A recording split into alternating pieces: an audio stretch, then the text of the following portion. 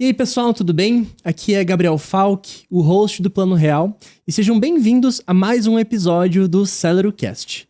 Esse podcast é uma parceria entre o Plano Real e a Celero, que é a primeira solução de infraestrutura de dados PJ para empresas do mercado financeiro da América Latina, completamente preparada para atender todas as oportunidades que vêm sendo criadas com o Open Finance aqui do Brasil, principalmente para empresas do mercado financeiro, como bancos, fintechs e cooperativas. No episódio de hoje, a gente vai conversar com essas feras do Open Finance para discutir sobre as novas oportunidades de produtos financeiros que podem vir a ser criadas e estão sendo construídas enquanto a gente conversa com o lançamento, com o surgimento e o desenvolvimento do Open Finance aqui no Brasil. Mas quem me ajuda a apresentar esse episódio é o João Augusto Bettenhäuser, que é CRO e founder da Celero. João, seja muito bem-vindo.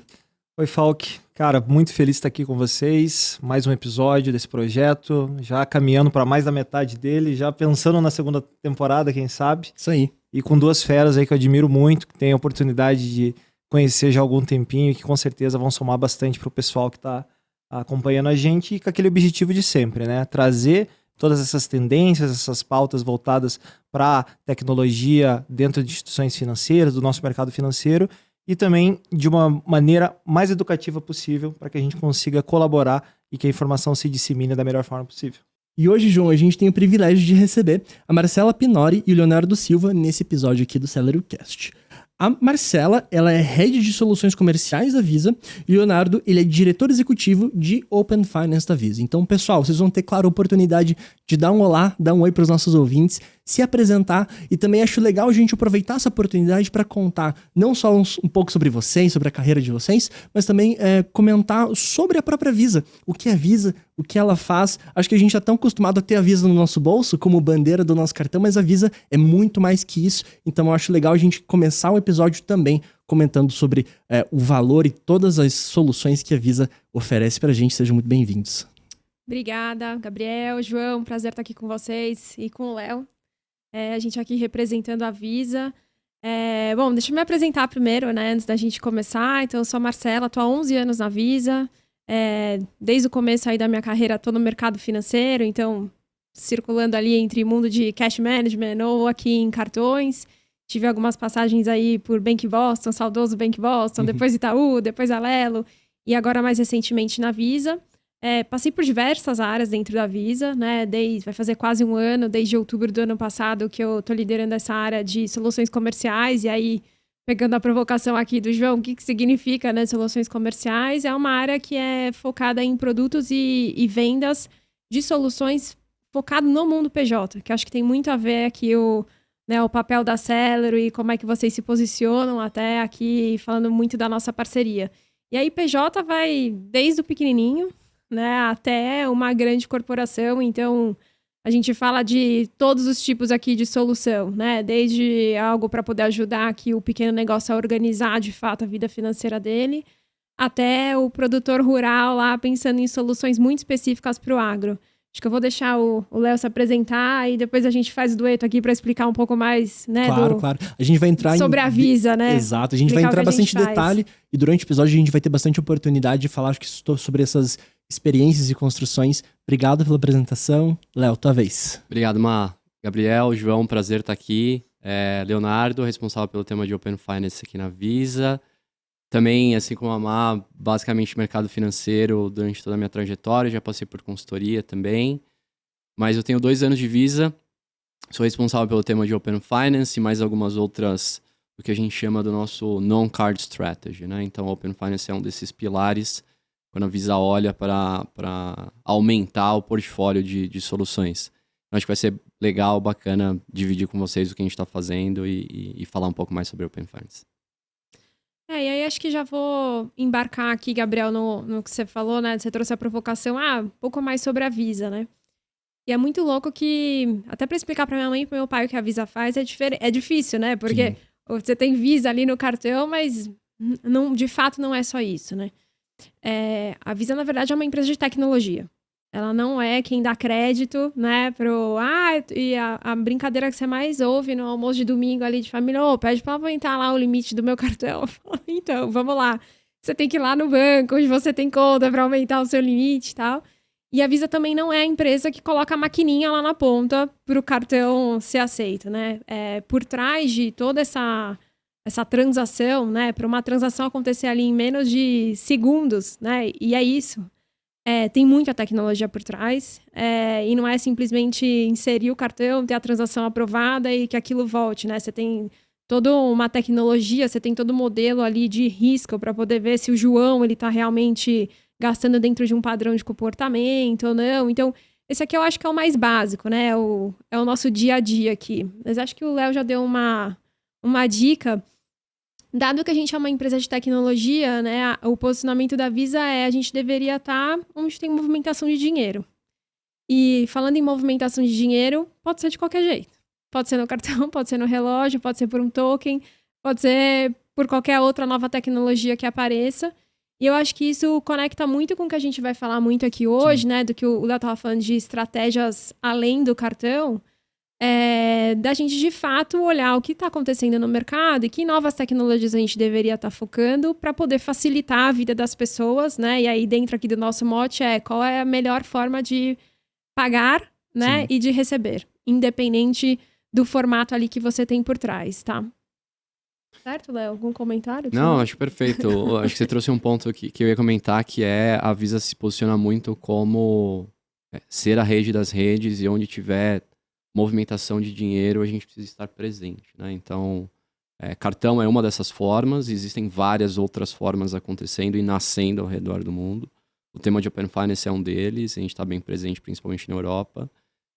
Então, isso consolida muito a forma de diversificação da Visa como um todo. Eu gosto que esse episódio do CeleroCast pode ser, até pensando nesse objetivo educacional que a gente tem com o CeleroCast, aproximar essas estratégias que a própria Visa tem além do cartão, além do que a gente a pessoa já conhece de Visa de uma forma tão tradicional, poder ver toda a capilaridade que hoje a Visa tem, justamente podendo atender muito além do que apenas um produto de aproximação, algo nesse sentido, né, João? Com certeza. E acho que já aproveitando o gancho, a Marcela falou sobre token ali na fala dela, e a gente teve num dos nossos episódios falando muito sobre o Drex, falando sobre tokenização, e sei que existe uma iniciativa de parceria com a Visa também, chamada AgroToken.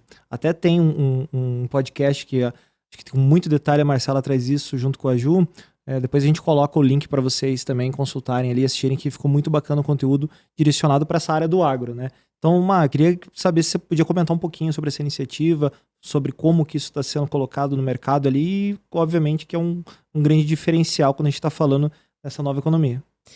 Eu acho que, João, até para contextualizar aqui, talvez voltar alguns passos do porquê, né, que a gente chegou na parceria, que não é nem mais AgroToken, né, eles atualizaram o nome deles, agora eles chamam Just Token, justamente porque você pode ir para outros tipos de ativo que não só no mercado de agro. Mas, dando os passos para trás aqui, alguns anos atrás, quando a gente começou a olhar todo o movimento de mercado, não só no Brasil, mas ao redor do mundo, você tem um nível de digitalização acontecendo na economia, né, de forma geral, uma velocidade super acelerada, né? Na pandemia, independente, né, de toda a situação super ruim que a gente passou, mas de fato acelerou muito, né, a adoção de meios de pagamento digitais. E quando você olha hoje no Brasil, por exemplo, e aí vou falar muito mais de mercado brasileiro, que acho que está mais aqui no nosso mundo, o que você tem aqui de dinheiro circulando, né, apto para ser capturado ou transformado, convertido para um meio eletrônico de pagamento, hoje esse percentual é muito baixo. Porque, de fato, né, tanto cartões quanto o Pix ou qualquer outro meio eletrônico de pagamento, ele acelerou muito, né, a adoção desses meios de pagamento pelas pessoas. E aí, quando a gente começa a olhar por diversificação de estratégia, você focar só aqui na transação que eu e vocês aqui fazendo lá na padaria, né, da esquina, você tem um potencial limitado para poder crescer. Então, a gente começou a olhar que a gente tinha que pensar em novos fluxos de pagamento. E novos fluxos de pagamento, acho que tem também um porquê aqui da nossa parceria, né, Visa com o Celero e também com o Just Token agora, que outros segmentos, né, que meio eletrônico de pagamento ainda tem uma penetração muito baixa. Então, a gente fala que esse potencial é de pelo menos 10 vezes mais do que o volume que hoje circula entre pessoas, né? Ou a gente comprando na padaria do seu Zé. Eu tô falando aqui de um potencial global de mais de 200 trilhões de dólares. Então, é muito dinheiro. E a maior parte disso tá realmente no mundo B2B. E por isso todo esse foco. E aí, B2B, como eu disse aqui na abertura, você tem desde a pequena empresa, mas você tem algumas verticais e no final das contas o agricultor ali, ou o produtor, ele é uma empresa, né? Ele tem o negócio dele para poder fazer a gestão. E quando a gente começou a olhar esse segmento com mais profundidade, que acho que também é uma mudança de pensamento, né? De como a gente se posiciona dentro da Visa, de parar de falar de produtos e olhar, ou entender, ou virar especialista realmente do segmento. E aí, quando a gente transformou isso numa estratégia, eu vou entender o segmento de agro, a gente começou a entender que ali tem uma demanda muito específica, né, de uma parcela ali de transações que existe ali nessa relação entre o produtor e um revendedor, uma grande indústria, que hoje ninguém está capturando. Então, e tem outras várias dores, né, de transparência, de como é que esse produtor ele tem acesso a crédito, que tipo de colateral ali ele consegue usar para poder, né, ter ali como a garantia do crédito que ele está tendo acesso. Então, eu acho que tudo isso, tô dando um contexto até um pouco mais estendido aqui, porque quando a gente olha, a AgroToken, agora a JustToken, ela entra resolvendo uma dor ali, efetivamente, que você tokeniza a produção, né, ali daquele cliente, daquele produtor, para poder utilizar isso de uma forma mais otimizada para poder começar a ter acesso a mais crédito no mercado. Então, de fato, você resolve a dor, e aí voltando um pouco, né, que eu sou a Visa, uma empresa de tecnologia, e eu tenho que estar ali em qualquer tipo de transação financeira, de novo, se vai ser cartão, se vai ser dinheiro, se vai ser token.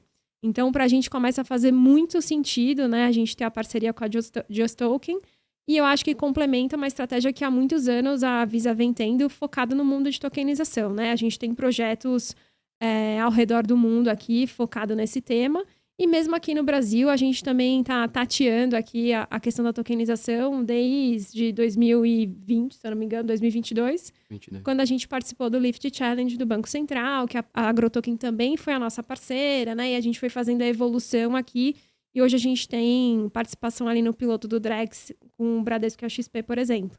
Então, eu acho que é uma continuidade, né? Uma composição aqui e um belo exemplo de novas formas de pagamento que a gente está olhando hoje no mercado.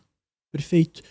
Eu gostei de um comentário que você fez, acho que explicando um pouco sobre o funcionamento do AgroToken, e eu só consigo, acho que, imaginar, bem teoria mesmo, o desafio para uma empresa como a Visa, não necessariamente dialogar, mas o perfil, muitas vezes, do agricultor, da pessoa que trabalha no agro, ele é muito diferente de um perfil, talvez, eixo Rio-São Paulo, algo um pouco mais comercial. Então, você precisa ter não só uma dinâmica diferente, mas explicar a proposta de valor, querendo ou não, ela se torna complexa, considerando que é uma tecnologia muito nova.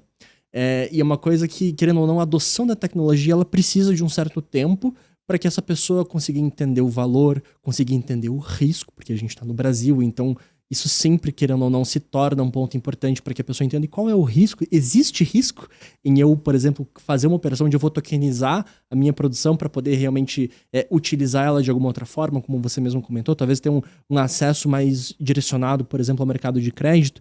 Isso lembrou uma pesquisa que eu estava conversando com o João, que foi feita pela PwC. Inclusive, aproveito para convidar quem estiver ouvindo, assistindo a gente, que essa pesquisa da PwC, ela vai estar disponível na descrição do episódio, caso vocês queiram conferir ela na íntegra. Então, você tem acesso a todos os dados que a gente vai mencionar por aqui. Mas menciona que o ganho potencial gerado pelo Open Finance no mercado de crédito pelas instituições financeiras, ela pode chegar a 42 bilhões de reais nos próximos 3 anos. E aqui a gente está falando de uma agrogeografia Brasil, como vocês mesmos estavam comentando. Com esse potencial de... Como a pergunta que eu acho que é importante trazer aqui como que esse potencial de mercado ele se conecta com novos modelos de negócio, essas novidades que surgem talvez para uma operação que já existia, mas ela passa a ser otimizada, ou principalmente para novos produtos dentro do mercado financeiro, considerando que hoje a gente tem evolução de BFM, a gente tem evolução de base, a gente tem evolução de Embedded Finance e um ponto que você comentou, que é a tokenização. Inclusive, dados que a própria Visa nos traz, né, que 50% das transações brasileiras já passam por um processo de tokenização. Acho que esse número deve estar correto, ou vocês podem me corrigir. Hoje, como que vocês enxergam esse potencial de mercado que a gente tem no Brasil, que não tem uma geografia, mas são várias geografias e com potenciais compradores e mercados tão diferentes, com uma tecnologia que já existe, mas está passando por um novo processo evolutivo? Um ótimo ponto aqui, Gabriel. Eu acho que esse estudo, acho que consigo trazer um conhecimento de causa importante aqui, porque antes de me juntar à Visa, eu fazia parte da Serasa Experian, eu era responsável pelo tema de Open Finance lá. E não é novidade para ninguém, é público. Obviamente, um dos objetivos da Serasa é justamente, dado este momento de Open Finance, como que eu melhoro os meus modelos de crédito e alavanco a operação para que os meus clientes, instituições financeiras que concedem crédito, tenham uma acurácia maior e melhor no seu processo de crédito como um todo, seja na concessão, gestão da carteira, etc. Então, esse estudo que a PwC fez, ela leva muito isso em consideração. Acho que vale dar um contexto aqui, né? No Brasil, durante muito tempo, o processo de concessão de crédito era: eu vou dar crédito pro Gabriel, vou dar crédito pro João, deixa eu ver se esse cara é negativado, né? Qual é o histórico dele de cadastro negativo? Depois de um tempo, as empresas, os birôs começaram a agregar as informações do cadastro positivo. Então, todo pagamento de contas, etc., foi mais uma camada de dados que eles passaram a ter. E isso faz com que a análise do perfil dessas pessoas ou empresas venha a ter uma acurácia melhor, né? Você consegue ter mais certeza do comportamento financeiro daquela pessoa. E o Open Finance, ele é mais uma camada. Porque, veja, quando a gente fala de uma vida financeira, e seja de uma pessoa física ou de uma pessoa jurídica, ela não está só em negativação e pagamento de contas, né? A gente tem várias outras coisas que o Open Finance, com compartilhamento dos dados, dá essa possibilidade. Então, quando a gente olha para esse estudo, você vê qual é o potencial de concessão de crédito adicional que poderíamos, como Brasil, atingir, dado essas informações de Open Finance. Tem uma série de premissas que aí pode ser levado de maneira mais agressiva ou não, mas esse é o cenário, tá? O caso de uso de crédito para Open Finance, assim, sem sombra de dúvidas, é o mais desejado e buscado por parte das instituições financeiras, né? Então, a gente já tem alguns casos de uso público, onde mais de 50% a 60% da concessão de crédito leva em consideração também as informações que foram compartilhadas via Open Finance, né? Então, se não me engano, Mercado Pago é um dos exemplos que eles, no processo de concessão de crédito, eles usam as informações de Open Finance para analisar, né? Para somar, né? Para somar. Então, esse é o cenário, assim. Do ponto de vista de geografia, Gabriel, você trouxe um ponto importante. Eu tenho uma... de vez em quando fazem aquela pergunta, né? Pô, mas por que o Open Finance nunca escalou tão grande no Brasil, né? Eu gosto de olhar em duas perspectivas. Uma é que a gente tem a síndrome do cachorro vira-lata, de que, putz, a gente tá ruim, mas quando a gente compara números aqui a outras regiões no mundo, a gente não tá ruim, a gente tá bem posicionado. Então acho que esse é um ponto. Segundo é que às vezes as comparações são um pouco injustas, né? Pô, não, o Open Finance tem que escalar igual o Pix escalou. Cara, não. São situações completamente distintas, diferentes, né? Então, com valores distintos. Exato. Eles não têm a mesma função. Exato. Eles não competem. Proposta de valor diferente, né? Então, mas isso passa muito pela proposta de valor. E aí, conectando com o tema de geografia que você falou, muitas vezes a gente tenta passar ou forçar um conceito do que é o Open Finance para as pessoas, e assim, eu sou de uma linha de raciocínio que a gente não tem que obrigatoriamente explicar o conceito do Open Finance. A proposta de valor que você, instituição financeira, está tentando prover para aquele seu cliente, ela tem que ser tão clara que o Open Finance é algo quase que transparente para ele. Então, pô, para eu conseguir esse crédito, ou para eu ter uma retentativa de conseguir esse crédito, eu preciso compartilhar as minhas informações que eu tenho em outra instituição financeira? Cara, tudo bem. Estou dentro do meu ambiente bancário, é seguro, e aí, obviamente, tem ali toda a comunicação que precisa ser feita, mas às vezes a gente tenta ficar passando conceito de Open Finance, Open Finance, Open Finance. Cara, Da mesma forma como, precisa, né? como as instituições se esforçaram com o Pix, explicando o que era o conceito de chave, diferença de QR Codes. Acho que o próprio Banco Central, por ser um novo meio de pagamento, algo muito novo, se preocupou muito com isso. E acho que a gente traz um pouco esse vício de acreditar que deveria ser da mesma forma, mas justamente não é. E a gente teve experiência nos episódios anteriores aqui do CeleroCast, inclusive, se você não assistiu, estão aqui no feed, mas comentando que o usuário final não está interessado em saber se necessariamente ele está usando o trilho do Open Finance para compartilhar aquele dado. Ele não precisa. O que ele está interessado é saber se ele vai ter, por exemplo, uma proposta de crédito que seja mais interessante, adequada com o perfil de pagamento dele, que ele consiga talvez uma proposta de preço mais interessante. Então que a vida dele ou que os produtos financeiros que ele já está acostumado a consumir consigam ser otimizados, independente do trilho. Eu acho que, até eu tô olhando aqui pro João, esse último ano aqui que eu tô nessa cadeira nova, que eu tô num relacionamento mais próximo aqui com os meninos da Celero, eu tenho aprendido muito com eles que, cara, o lance do Open Finance, aqui especificamente no PJ, né, quando a gente fala do BFM, se você não trouxer o dado contextualizado, a gente conversa isso muito, né, João? Sim. Todos os clientes que a gente bate para poder falar da parceria Celero e Visa, fala, cara, mas por que você tem X vezes mais consentimento do que o padrão do mercado? Eu acho que é exatamente isso, né, Gabriel? A gente não tem que explicar o conceito, né?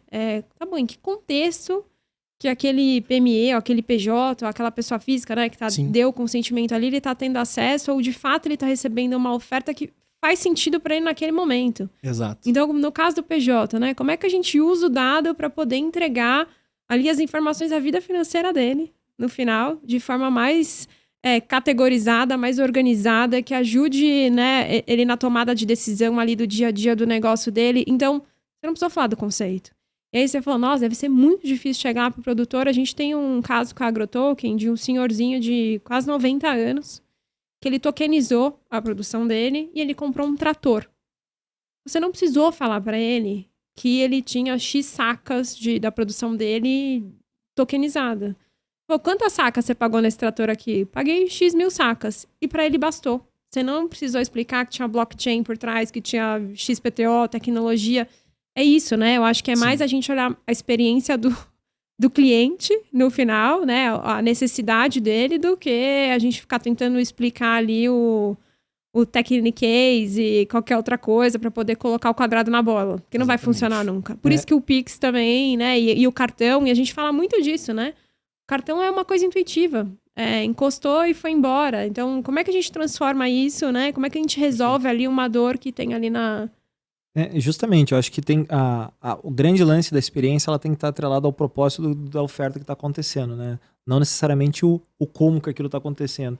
A gente teve até um exemplo no último episódio, o pessoal trouxe da questão das tags de pedágio, né?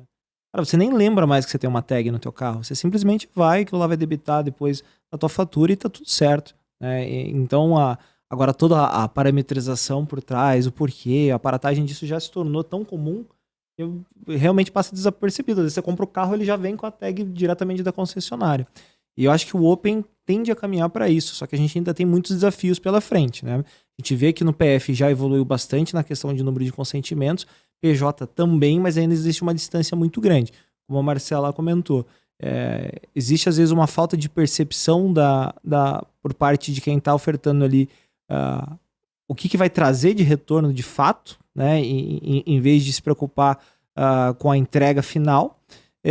Mas também existem muitos desafios, e até queria aproveitar o Léo aqui, que é o especialista no assunto, para entender a tua visão, Léo. O que você vê que hoje a gente está enfrentando de desafios com relação à implementação? Sei que a gente já passou por algumas fases e muitas mudanças já aconteceram, mas como que você está enxergando isso agora? O que você tem percebido e, enfim, dentro da tua perspectiva, o que deve acontecer de novo aí nos próximos momentos? Boa. Eu tava com algo na cabeça aqui que o Gabriel mencionou, que na verdade a Má trouxe aqui, né? Que é difícil a gente explicar para nossa família o que é a Visa, né? De empresa de tecnologia e tal. Cara, se é difícil explicar que é a Visa, que os nossos pais têm o cartão Visa na carteira, o que dirá Open Finance, né? Então, sempre tem essa dificuldade, e eu costumo dividir o tema de Open Finance em dois grandes blocos, assim, para tentar simplificar a discussão. Número 1 é a possibilidade de você compartilhar o seu histórico financeiro de uma instituição ou de mais que uma instituição com outra instituição financeira. Dado uma proposta de valor que ele está te prometendo. Pode ser, e é isso aqui de maneira abstrata para a pessoa física ou jurídica, tá? Seja uma entrega de um organizador financeiro, seja uma proposta de crédito, seja um onboarding facilitado. Então esse é um lado. Compartilhamento de dados. Que antes eram muito mais ali específicos de informações de crédito, débito, poupança, etc. Agora ampliou o escopo, tem investimento, tem seguros, né? De fato, a gente entra na característica de Open Finance. E tem outro que é a parte de pagamentos, que é a iniciação de pagamentos, que usa o rail do Pix como forma de pagamento per se. Então, olhando o primeiro pilar, cara, a gente evoluiu bastante, principalmente no mundo de pessoa física, na facilidade de você compartilhar os dados. Hoje, você consegue fazer com que os seus dados que estão compartilhados sejam de maneira perpétua, ou seja, não existe mais a necessidade da renovação daquilo. Antes tinha lá 3, 6, 12 meses, isso agora caiu. Então isso faz com que potencialmente os dados continuem sendo compartilhados, obviamente desde que uma proposta de valor clara seja entregue para o cliente final. E vejo novos casos de uso entrando principalmente do lado de investimento. Acho que num nicho muito mais específico, mas um caso de uso da parte de investimento. E um outro que é relativamente novo, já existe iniciação de pagamento há um certo tempo aqui no Brasil, mas o Banco Central agora, é notícia recente e tal, toda a parte da jornada sem redirecionamento de iniciação de pagamento. Eu acredito, e a gente como Visa também acredita, que isso vai ter uma escala importante no Brasil, né? Então, sem muita futurologia, eu acho que existe uma consolidação na parte de compartilhamento de dados, com esta característica de novos dados que estão entrando, principalmente que extrapolam aquele mundo de crédito, débito na conta corrente. Pessoa jurídica, que é um ponto importante aqui, dado toda a nossa parceria com o Celero. Existem ainda desafios por parte dos donos das empresas, principalmente pensando em PME, na facilidade ou dificuldade do compartilhamento dessas informações. Então, quando você tem mais que um sócio, o fluxo é diferenciado. Então, o Banco Central está olhando para isso também, né? Os grupos técnicos, não necessariamente o Banco Central, mas os grupos técnicos de trabalho têm um foco também importante nesse tema de pessoa jurídica. E iniciação de pagamento, dado esse tema da jornada sem redirecionamento, eu acho que é algo importante. Não sei se vale a gente entrar no tema jornada sem redirecionamento, mas eu acho que esse é um pulo do gato importante para o próximo ano. E eu acho que é super importante que, se você for pegar todos os pontos que você colocou, a gente está falando de somar a experiência, agregar em um lugar e derrubar a fricção. Principalmente a parte de iniciação de pagamentos ali, eu entendo que o principal objetivo ali é tirar a fricção ali para facilitar, e com certeza o uso vai aumentar. Perfeito. E é interessante entender, pegando esse gancho, de tudo é construído de uma forma muito conjunta. Então existem vários papéis, eu não digo muito bem definidos, mas que trabalham em conjunto para isso acontecer. Desde um incentivo necessário e muito importante que vem do nosso regulador, mas também da movimentação que a gente tem de empresas como a Visa e também dos demais participantes que fazem parte dos diversos arranjos que a gente tem, desde a parte de arranjo de Pix, arranjo de cartão, presentes aqui no Brasil, que fazem com que essa fricção ela seja removida. Não adianta a gente ter lá no topo uma instrução normativa, alguma regulamentação, mas se a gente não tiver a execução. E a execução é algo que, particularmente falando como uma pessoa que conhece o trabalho da Visa, eu sou muito fã. Acho que vocês não existem só do lado imaterial, do lado teórico, mas principalmente vocês materializam muita tecnologia, justamente por ser o foco de vocês. Eu queria tentar aproximar nesse episódio um pouco do papel que a Visa está tendo nesse processo de inovação. A gente tem visto como brasileiro, independente de trabalhar no mercado financeiro, tanta inovação acontecendo nos últimos 5, 6 anos, não que a gente não enxergasse essa inovação há 10 anos atrás, mas a gente tinha um mercado completamente diferente. Pensa que em 2013, 2014, a gente tinha acabado de ter a lei que regulamenta as IPs. É uma coisa muito recente. Quanto a gente não caminhou e cresceu, quanto a Visa não caminhou e cresceu nesse meio tempo. Então eu queria tentar aproximar um pouco do papel da Visa, porque vocês têm uma interlocução muito diária e constante com diversos agentes do mercado financeiro, desde o regulador, quanto o PME, quanto uma empresa enterprise, quanto uma adquirente. Então, hoje vocês têm uma capacidade, uma capilaridade de conversar e de construir, materializar esses projetos, esses produtos que são definitivamente inovadores. Como que hoje vocês conseguem, talvez, explicar ou contextualizar o papel que a Visa tem nesse desafio? Eu acho que o Léo falou um pouco aqui no começo, né, do papel da Visa de ser a rede das redes, né? A Visa, quando ela nasceu lá na década de 60, né, é uma história super interessante para quem tiver curiosidade aí, né, como é que o D-Rock criou a Visa. Mas a gente fala que o modelo da Visa é um modelo de 4 partes, né? Então, eu estou ali no meio. De um lado, eu tenho instituições financeiras, né, dando crédito, acesso à conta corrente, seja lá o que for, para o cliente final, que pode ser uma pessoa jurídica, pode ser uma pessoa física. E na outra ponta, eu tenho o credenciador, ou adquirente aqui, que faz o relacionamento aqui com o estabelecimento final, e a gente está ali no meio dessa bagunça para poder coordenar aqui a transação indo de uma ponta para outra, né? E de fato, é um papel tão importante, porque eu, Visa, sozinha, eu não consigo fazer nada. Se eu não tiver, né, as instituições financeiras, também não tiver os credenciadores e também não criar alguma coisa que faça sentido, né, para que a adoção aconteça, tanto do lado do cliente final ali, pessoa jurídica, pessoa física, quanto também do lado do comércio, o negócio não escala. Então, eu acho que a beleza aqui do nosso processo de inovação, primeiro, né, a gente está em mais de 200 países, a gente consegue, talvez, não sei se antecipar, mas a gente consegue, né, ter acesso ao movimento do que acontece em todo lugar do mundo, praticamente. Né? Eu acho que hoje o Brasil está num hotspot aqui, porque, de fato, né, o mercado de pagamentos brasileiro ele é super disruptivo quando você compara aqui com outras economias, né? Vide toda a evolução que você mesmo mencionou aqui, que a gente está acompanhando nos últimos anos. Mas eu acho que, além disso, trazendo aqui o tema da inovação, e de novo, vou reforçar muito a nossa parceria com a Celero, porque é um movimento que a gente tem identificado, e até a AgroToken, JustToken, que muitas vezes a gente não vai conseguir fazer as coisas sozinho, né? Então, eu acho que é um movimento de inovação aberta, efetivamente. Se eu não consigo fazer dentro de casa, ou o fato de eu estar em 200 países ao mesmo tempo, eu preciso ter algumas adaptações para poder conseguir atuar mais localmente, né? Em cada um dos 200 países que eu tô. E aí é que eu acho que as parcerias, como a gente faz aqui com a Celero, fazem tanto sentido, né? Se quem no mercado, talvez, que vai trazer a melhor solução para eu atender determinado ponto. Isso, particularmente, esse é o meu conceito aqui de inovação, né? Não é fazer a parceria por fazer, mas é, de fato, trazer quem sabe fazer e endereçando algo que o mercado realmente está precisando ou que, eventualmente, a gente esteja antecipando um movimento que ainda não está tão borbulhante ali, mas que a gente vê que tem alguma faísca ali que a gente precisa dar o start para aquilo ali começar. E é interessante, porque a gente não faz produto pra gente.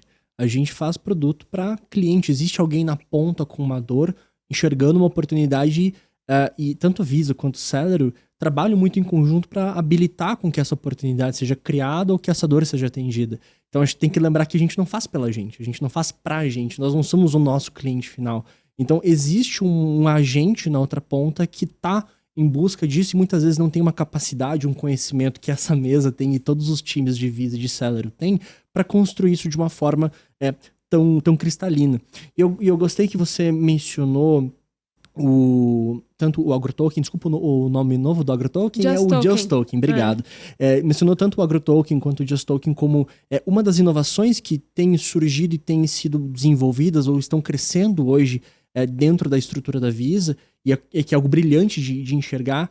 E eu também, o Léo usou a palavra futurologia, e eu acho que futurologia é uma coisa tão, hoje, fácil de se compartilhar sem tão embasamento. Então eu queria que a gente não usasse futurologia nesse momento e tentasse falar um pouco mais do presente, porque hoje a gente está num momento muito interessante do Open Finance, num momento onde as próprias instituições que estão participando do processo homologatório, está tendo muito movimento, muita conversa e muita discussão, muito diálogo, e eu acho que isso que é um momento muito legal do mercado financeiro, porque está conectado com concorrência. Querendo ou não, a concorrência é algo importante, porque ajuda a gente a construir melhores produtos.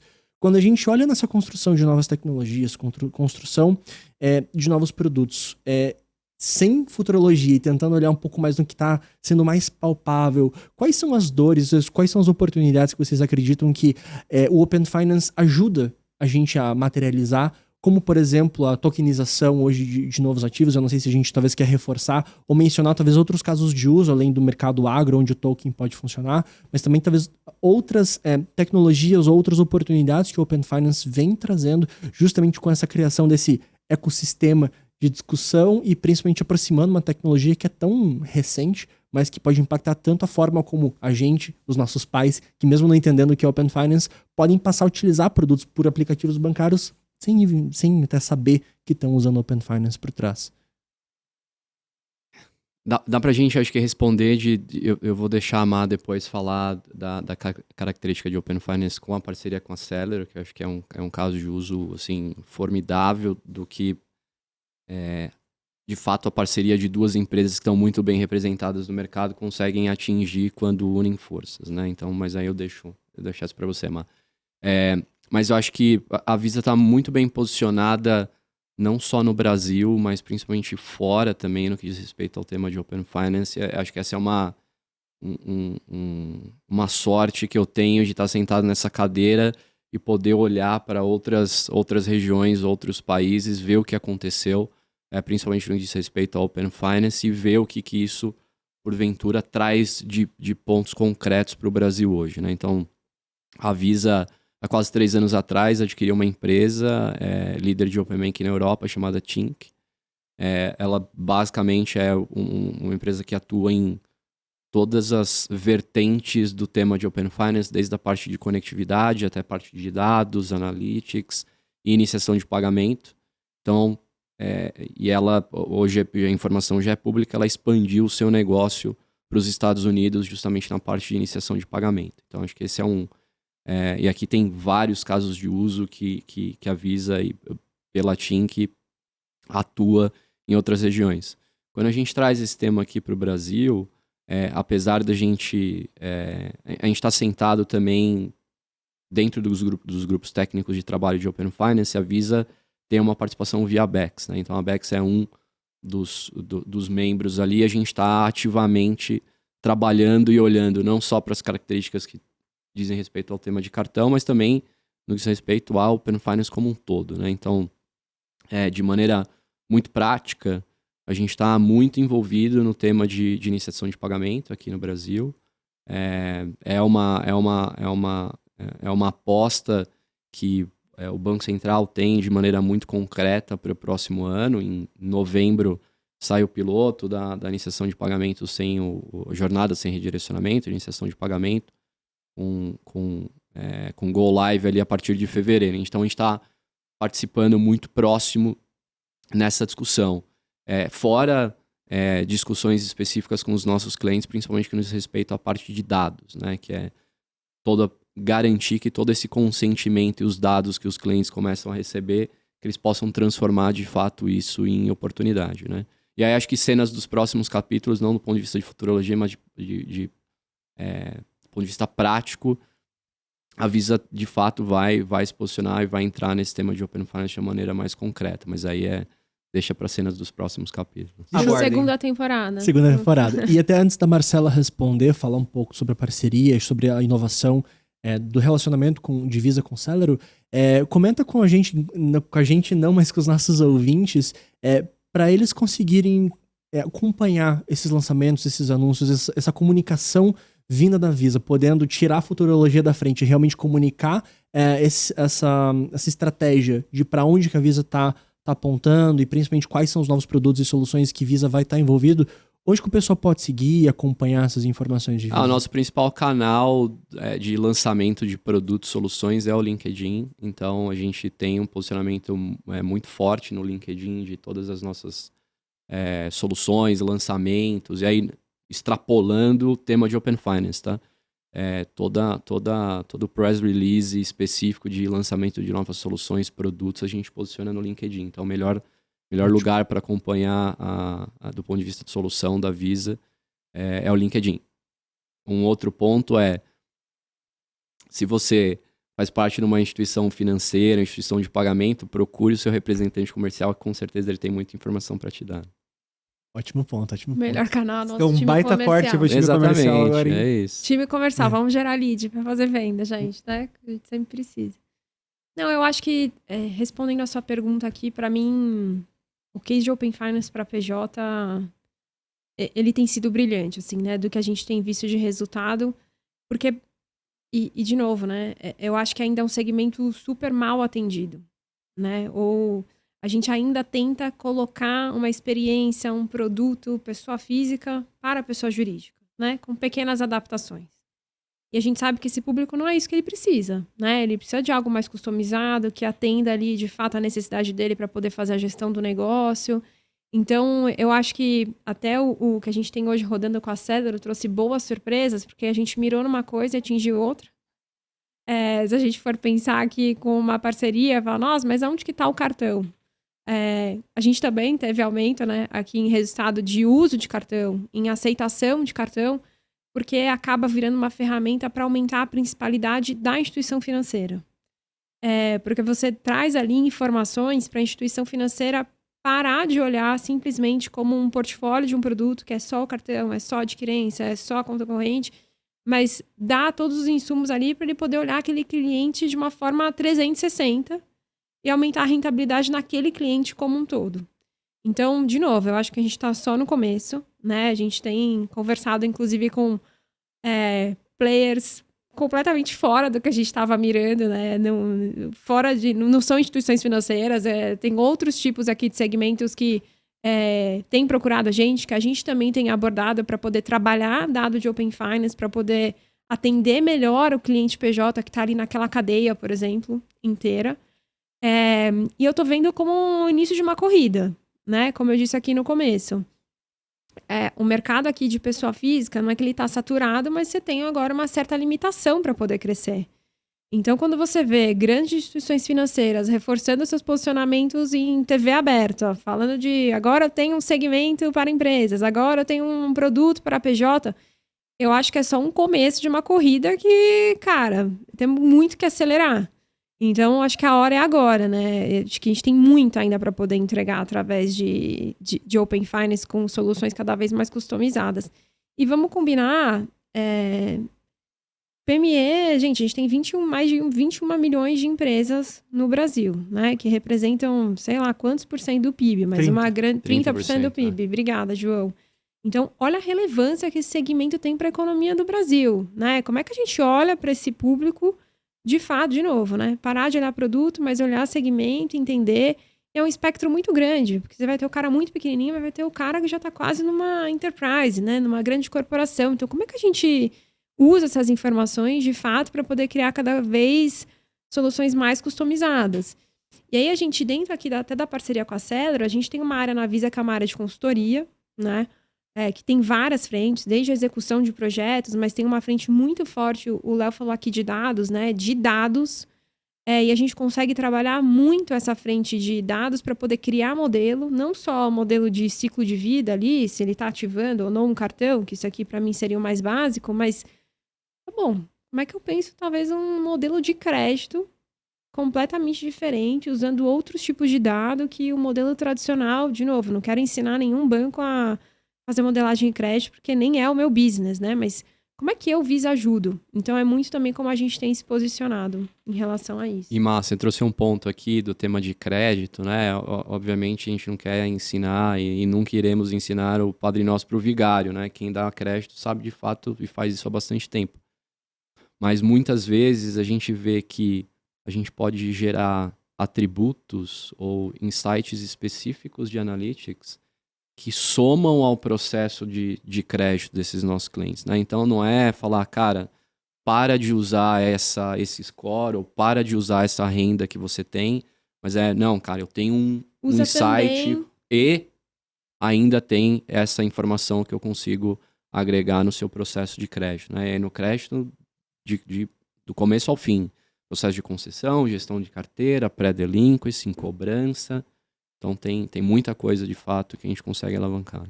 Muito show. E eu acho que pegando um pouco desse tema que a gente está falando aqui dos PJs, falando um pouquinho da nossa parceria, Enfim, né, como você comentou, a gente está falando de 30% do PIB. Se a gente para pensar no tamanho do impacto de uma PME bem gerida para a sociedade, a gente está falando de um negócio muito amplo. São as contas pagas em dia, os salários pagos em dia, os fornecedores, é toda uma rede que acaba se estabilizando e, consequentemente, fazendo com que o país cresça e todo mundo acaba se beneficiando sobre isso. E a gente sabe que uma empresa, principalmente de pequeno e médio porte, ela não quebra pelo dinheiro que ela ganha, ela quebra como ela gasta. E acho que a gente sempre veio na construção do nosso modelo tentar apoiar essas empresas dessa forma. Ainda pensando nessa linha, né, tem um relatório, um reporte de macro tendências de PMEs da Visa, a gente vai deixar também esse link depois para o pessoal acompanhar ali, que traz várias questões para onde está sendo olhado isso. Inclusive, ela fala da dificuldade que as empresas têm de ter uma ferramenta de gestão. Então, isso é mais uma comprovação de tese.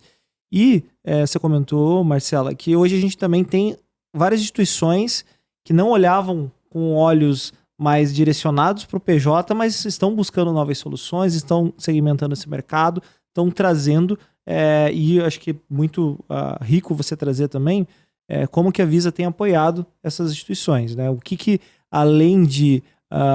enfim, a gente já comentou do BFM aqui, mas o que mais pode ser somado quando a gente está falando dessa experiência PJ? O que mais de soluções, principalmente da tua pasta, não necessariamente envolvendo o Open Finance em si, até porque a rede da Visa é um troço gigantesco, tem uma capacidade de informação absurda.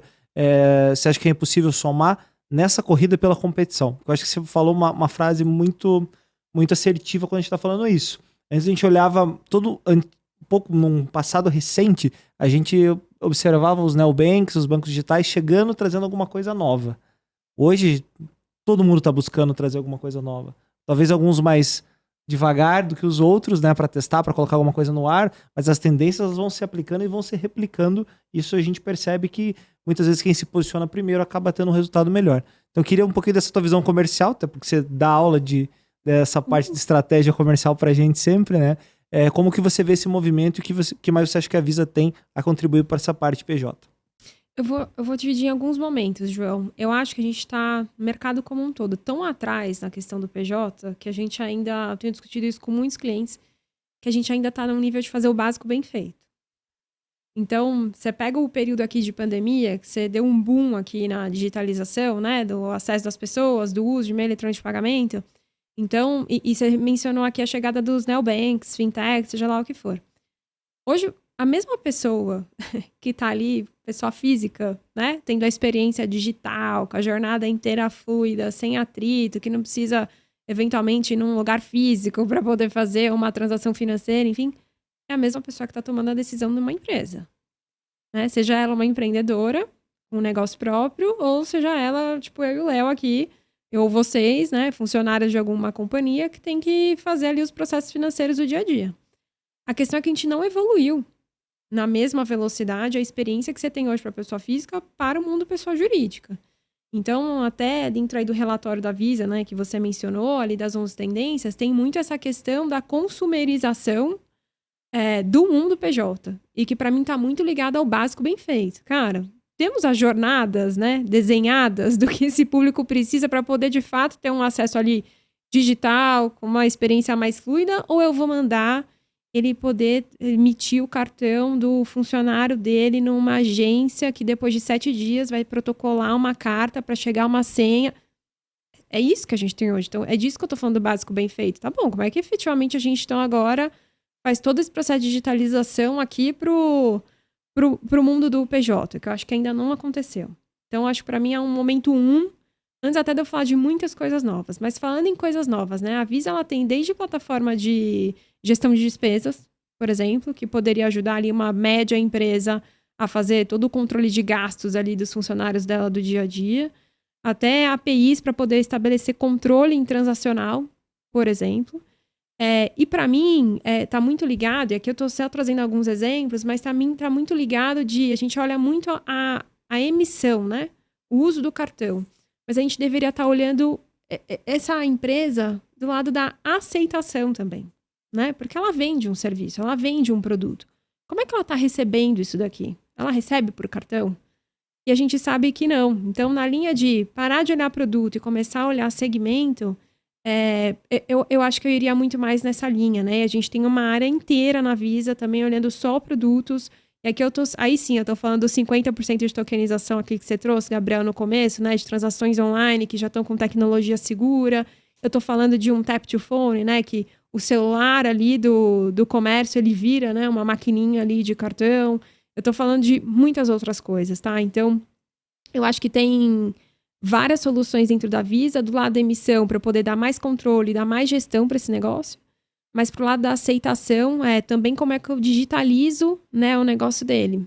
E aí eu acho que a gente tem N soluções aqui para poder ajudar a acelerar, né, essa adoção no mercado.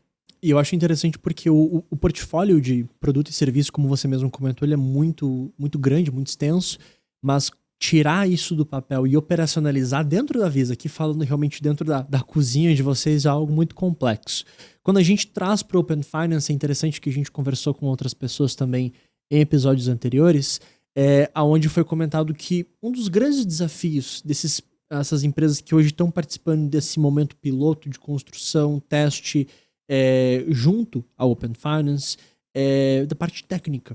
Seja da parte de infraestrutura, é tudo muito novo, né? Desde a parte de infraestrutura, muitas vezes do quanto do profissional. O quanto que a gente que não era gabaritado em entender muito bem esse lado de Open Finance precisou entender um pouco melhor como é que funcionava hoje blockchain, contratos inteligentes, assim por diante. Hoje vocês que têm hoje que a construção desses produtos e serviços faz parte da realidade de vocês, e vocês foram uma das empresas que estão participando desde o começo desse processo de inovação e principalmente pensando em novos produtos para o mercado financeiro, utilizando o Open Finance, como que vocês hoje lidam e como que hoje vocês talvez traduzem esse nível de complexidade técnica, seja da tecnologia como um todo, desde o lado de vocês terem profissionais que dominem ou precisam dominar, querendo ou não, esse tipo de conhecimento para conseguir desenvolver integrar essas jornadas para garantir que a pessoa que vai estar na ponta, consumindo qualquer um dos produtos que, por exemplo, a Má citou, consiga utilizar sem nenhuma fricção. E querendo ou não, é muito ruim para um pagador que vai passar por qualquer tipo de jornada e recebe uma negativa, e muitas vezes porque nem culpa dele, mas é porque por uma questão técnica, gera uma frustração, e acho que o que evita e tira essa frustração é um produto muito bem construído, muito bem azeitado. Como que hoje vocês, participando dessa jornada de Open Finance, estão lidando com o nível de complexidade técnica de colocar o Open Finance de pé? Uma ótima pergunta. Assim, eu acho que dá para dividir em alguns aspectos aqui, tá, Gabriel? Acho que o primeiro é a definição e tomada de decisão de entrar no tema de Open Finance. Obviamente existem instituições, ainda mais agora com a mudança da regulação, são obrigadas a entrar no Open Finance, mas, por exemplo, a Visa, ela tem, a gente não é um participante direto do Open Finance, a gente atua muito mais como provedor de soluções de Open Finance. Mas dado que essa é uma verdade, que teremos soluções de Open Finance para fornecer para os nossos clientes, isso tirando da frente, a gente olha em duas características. A primeira é a gente precisa entender o negócio do nosso cliente antes da gente gerar uma solução para ele. E isso é algo que a gente faz assim constantemente, com muita ajuda do nosso time de vendas, do nosso time comercial, de ir lá, bater na porta do nosso cliente, entender qual que é a dor dele, antes da gente sair criando o produto e falando, eu tenho um produto aqui, deixa eu ver se você tem uma dor para resolver.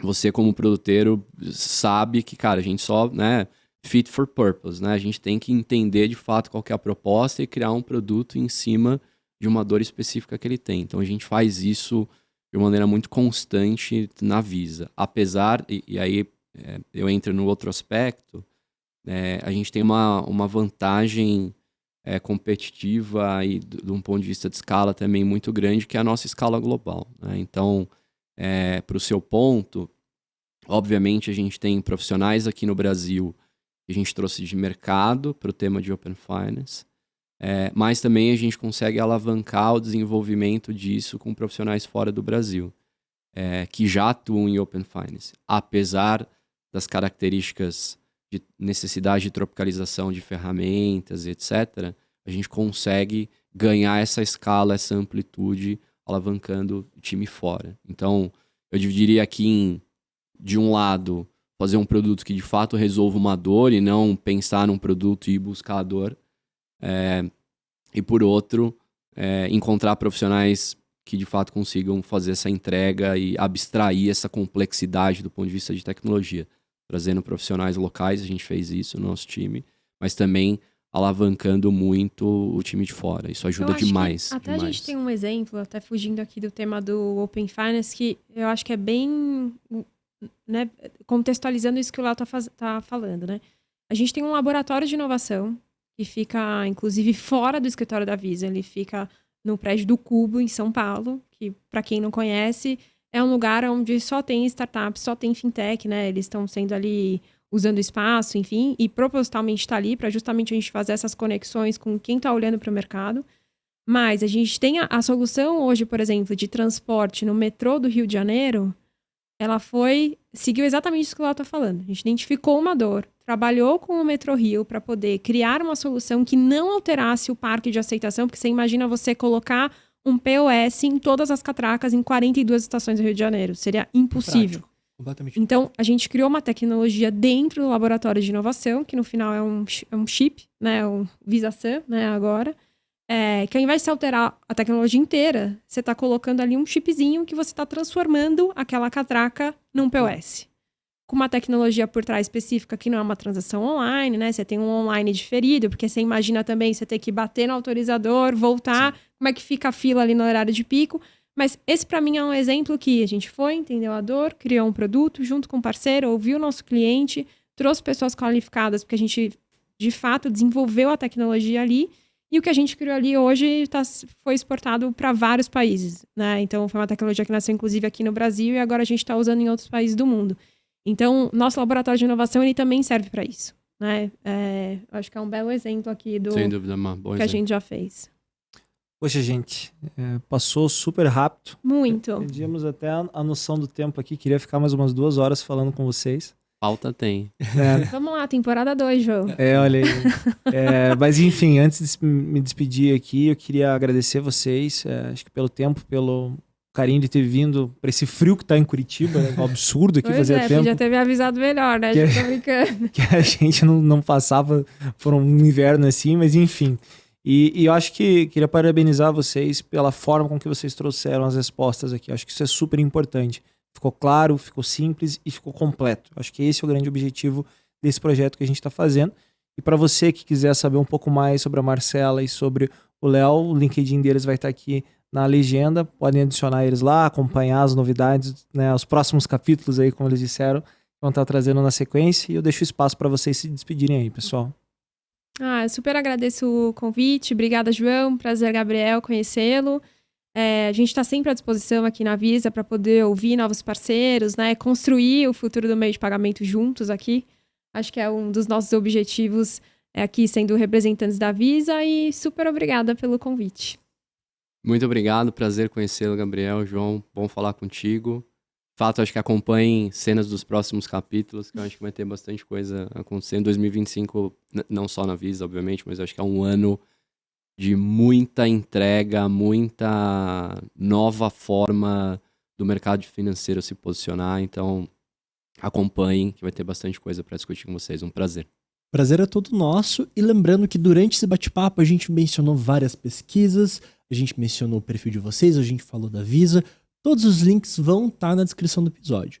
E um link também que vai estar na descrição do episódio são as redes sociais da Celery, que pra gente o feedback do nosso ouvinte, de quem tá assistindo a gente, ouvindo a gente, é muito importante. Então não esquece de entrar em contato lá no @GoCelery se você tem algum feedback, alguma dúvida, sugestão, seja para episódios futuros ou seja para o pessoal da Visa, já que a gente tem um contato tão próximo. Ou para fazer negócio, porque a gente também gosta. Entre né, exatamente, isso é super importante, né? Entre em contato, manda uma mensagem pra gente, vai ser um prazer trocar uma figurinha com vocês. E também não esquece, né, de seguir aqui o Plano Real e acompanhar o CeleryCast em todas as plataformas de streaming que você estiver escutando, independente, a gente vai estar disponível tanto no YouTube, quanto nas redes sociais, quanto nas plataformas de streaming. Então, Perfeito. Não deixe de acompanhar os episódios que a gente está lançando aqui no CeleryCast e a gente encontra vocês no próximo episódio. Até a próxima. É isso, pessoal. Valeu! Tchau, tchau.